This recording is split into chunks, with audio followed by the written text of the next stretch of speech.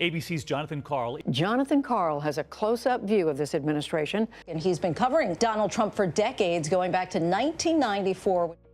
What I love coming out and doing public events, speeches, is connecting with an audience. And what I find is there is such a thirst, a desire to get a sense of what it is really like behind the scenes. And I've had an extraordinary vantage point. I've been incredibly privileged to have covered 4 different presidents. I think I'm on something like 14 different press secretaries. I've covered Congress. I've covered every beat.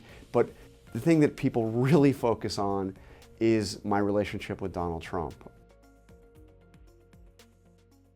I have a unique vantage point, and what people like to hear is, what is it really like?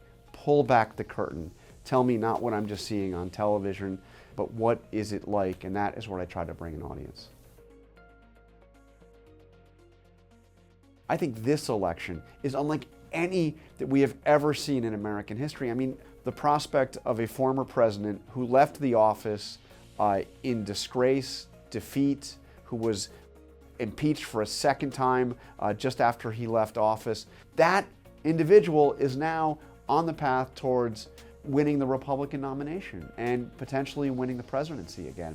We've never seen anything like this. We really don't know what this campaign is going to be like, but what we do know is that something that is often said when it comes time for a presidential election, this is the most important election of our lifetimes. In fact, now it's actually true. This election is also playing out against the backdrop of serious unrest around the world.